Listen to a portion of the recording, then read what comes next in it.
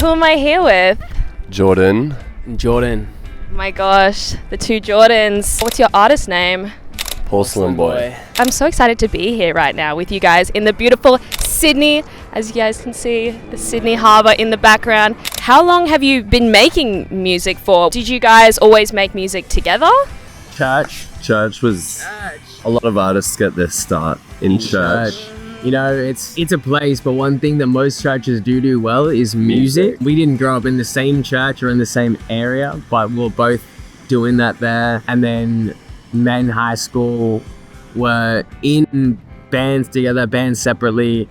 And then I guess since being in COVID, like down in Sydney, we started making this project. 2022 was kind of when we decided PB would be a thing. Before that, you know, we had other projects fucking around. And then this kind of felt right, I guess. We aligned a lot on what we were doing, so it made sense to keep doing it. It's crazy how the stars align in that way. So are you guys still involved in church communities, or it was kind of just like stepping stone to fall in love with music? Huge question. Massive question. Very loaded question. No, please, Jordan, take away your take on the church, religion, etc., etc. I think that, like, as in, obviously, I'm not like an attendant of any one church now, but I think it'll always play, I guess, a role, you know, something so like formative and fundamental to your existence, even if it's not like something you're practicing, is always going to like shape and inform, you know? It's like anything you do as a child, like I know you learn to like walk at one and then you keep walking forever, you know, or like you learn words at a certain point and those are the words you've learned. It's a part of the project, it's a part of like your identity. It's informed too much to ever completely detach yourself from it. Absolutely. I think. What inspires the music that you make, I guess, like outside of just religion, do you think? The people we meet, the places we go, very observational. Just seeing things, recognizing things, and romanticizing things that would otherwise be ignored or not noticed, I think. Yeah, definitely. And do you write about people in your life, or kind of just like detail the feelings of going about living? Column A, column B, I guess, as in like, you know, we do things, we interact with people, and sometimes we're writing about like a moment, or sometimes we're writing like about like a person or a subject, but more or less like the music that we are making at any one time is kind of reflecting like, I guess, our joint situation. We do write like separately, but we like create everything together, and we spend most of our life together, so it makes it pretty easy in that respect, like having this shared perspective on things, and sometimes I guess agreeing with it in the music, or like, you know, commenting, questioning, or like, you know, conflicting with each other throughout it. Yeah, so you guys live together, don't you? Yeah. Do you guys ever get sick of each other? I mean, you've known each other forever, and you make music together, and you live together. No. Yeah, no. Oh, okay. It's a pretty it's a pretty synergistic like way of being. Like we kind of get each other, so it's easy to There's like no drama. To exist with someone you get. And I love that. Wow, that's so cute. Oh my goodness. Just two peas in a pod. Clearly the two Jordans, you guys were meant to be. When it comes to your kind of like electro clash, indie pop sound, who do you look to for inspiration when you're making that music? Are there any artists that inspire you? It's a long list. Obviously, early days, it was stuff like early Gaga, Britney Spears. Electronic music has been a massive part of my life since I was a teen. Like, you go to a house party and they're playing like early Skrillex or Avicii or R.I.P. But there's lots of great source material, like, exactly. What you're saying has been like 9 Inch Nails, he said Britney, he said Gaga, like Prodigy, kind of stuff that's like pulled from, like, I guess the more like punk and rave scene, and then stuff that's also coming from like, mega pop 2000s world that like is phenomenal. And then I guess the newer references that like artists that we do love, like so much from the States, so much from the UK, so much from here too, but like I know The Help, Baby Morocco, Bass Victim, like people that are doing the new wave of the, I guess, the music that you've like, or the genres that you've referenced, like this clash sound that's been reinterpreted. Also, like, not specific to genre, but like writing, like there's so many good writers within music over the last 50, 60 years. So even just listening to stuff when they could like really say something in a beautiful way is so inspiring. So yeah. He's talking about Barry Manilow. I'm talking about Barry Manilow. If you really haven't heard fuck with Can't Barry Smile Manilow. Without You, go listen to it and then cry on your bed or It's wherever like- you're seated. Exactly. I mean, we were sitting up there on the seats earlier listening to that as well. And then the walk down, like it's great music for any occasion. Absolutely. I know we've discussed regularly like what our last song would be if the world was ending. Yeah. And that's kind of the one. That'd be up there for sure. Like, Do you both write lyrics or do you both produce? Like, what's the dynamic when you guys are making music? Yeah, we definitely both write and produce pretty equally. We have a good system with a shared doc that we both write on simultaneously, and Very organized? yeah, well, it's just a really good way to work.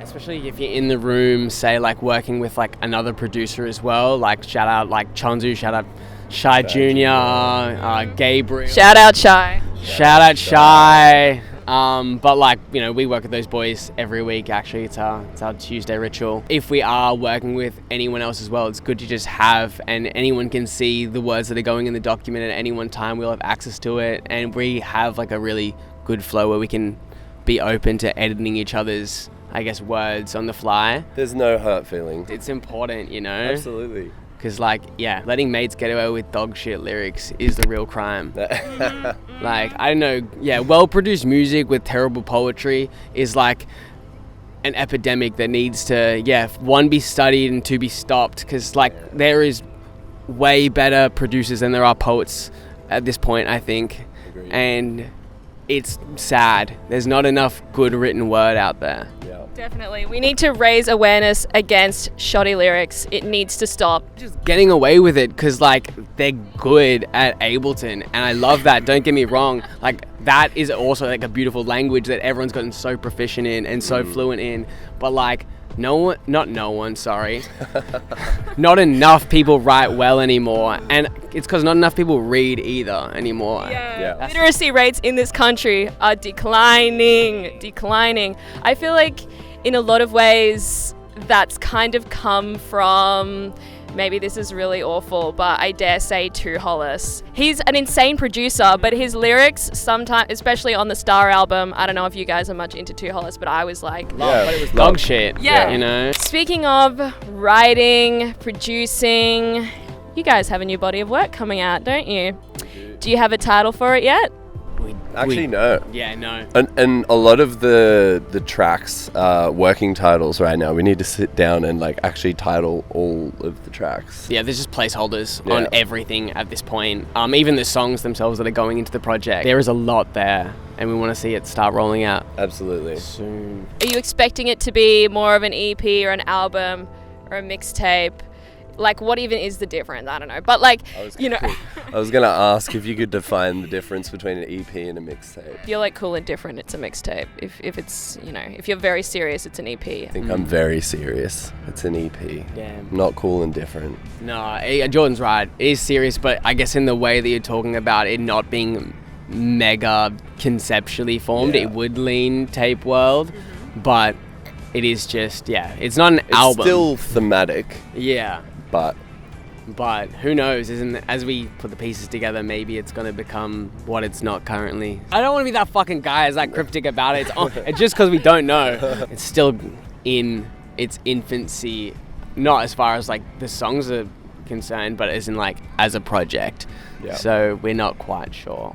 Okay, and I know that everything's up in the air, as you were saying, but do you have a timeline for when it's coming out? Do you have any singles for it coming out soon, perhaps? Can we tell you and you just redact it yeah. Yes, off this? I can do that. So we're thinking like late. Yeah. Guys, late. Okay. Yeah, late would be it off the back of, again, can you just redact this next part?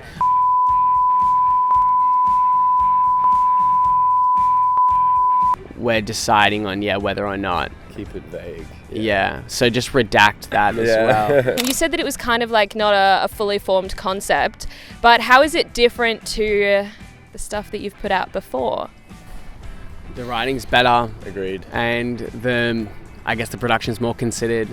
I don't know, we only really started on like this door, like with Ableton, kind of like mid 2022, kind of the formulation of the project. And I just think that like we've gotten better at it. And I guess on the writing side, we've read more, two, we've experienced more, and I think spent more time thinking about what we've been experiencing, which is nice, like I guess our prefrontal cortex, our lobe, whatever. It's all developed now. Developing and shit, so like... Fully cooked. How old are you guys? Doesn't it finish developing at 25? Yeah, so it's developed now. Yeah, it's fully developed. This work's a lot more hopeful. Actually, a lot more like fist in the air. Fuck the last things that we're saying. Like, that is actually less depressing. I'm in like a COVID hole and I don't know what I'm doing with myself. More like I've been through some stuff. This is what it's about. This is living. That's actually infinitely more accurate. Yeah, he's so right. It's there's like a through line of optimism. In the music that we've been making of late. Like, I don't know, I think it's that and like a lot of Springsteen that we've been listening to. But there is like a chest beating kind of, I don't know, like in it all. To me, it feels like it was made for a coming of age film. Yeah. That's a very interesting description. I'm so excited for it to come out. You guys, in my opinion, are the hottest people in the Sydney scene right now, but who else do you think in Sydney is really killing it sort of in your similar lane? Is there anyone you can think of? Yeah. Like, actually too many, to be honest. Too many. Like Sydney, as you guys are well aware, spending, the last weekend here is alive. Like this city is alive. I reckon Cherry Ripe is one of the most underrated artists in this city. Yeah. Shout out Cherry. Yeah, someone who puts work in the pen. Like, honestly, amazing, writer, amazing producer. Annabelle Scobie. So good. Echo Atari. I mean, Dolores is by way of Melbourne, but is currently Sydney situated, so we're going to take that one. That man's work ethic is unmatched. And the speed that he puts together tracks is incredible. Unbelievable. Chonzu, shout out Chonzu, not only as like an amazing producer and artist in his own right, but like party thrower and party goer. Like that guy's doing the thing. I don't know if you guys have an Intersect party, but it's one of the best new things happening in the city as well. Let me preface this question. So tell me about you guys' outfits. What inspires you to dress in the way you do? Do you feel like, maybe this is a controversial question, people hate it when I ask this, but do you feel like you fit into the lane of indie sleaze? Revival. You go. Oh no, me going? Yeah. I don't think so, if I'm being honest, at all. Like, I just don't. I'm a big fan of, like the music, and I'm a big fan of, a lot of what's happening around then is like the whole aesthetic of like that time between 2009 and 2000. Exactly, but I don't own any of those jeans, and like it'd be nice to, sure, don't get me wrong, but I don't. I don't think we have the budget to do indie sleaze as an aesthetic well enough. Exactly, like there's a bunch of these guys that like look like Temu indie sleaze, and it's, I think if you're gonna do it good, like pay homage in the right way. But nah, like I like some of the sound, and I think that we like pull like some of it, but it's in a more like eclectic way where we're not actually like part of a revival. We're just enthusiasts of certain corners of the aesthetic. Well, Porcelain Boy, thank you so much for being here with me today. I've had so much fun. I'm so excited for this new mixtape /EP / body of work / everything. And is there anything you want to plug before we go? How can we find you? On the internet or in the streets. Go to events. Go to everything Sydney puts on. We'll probably be there. We say thank you S squared. Is that what you say? Thank you S S squared. squared. Thank you S squared. You guys are beyond welcome.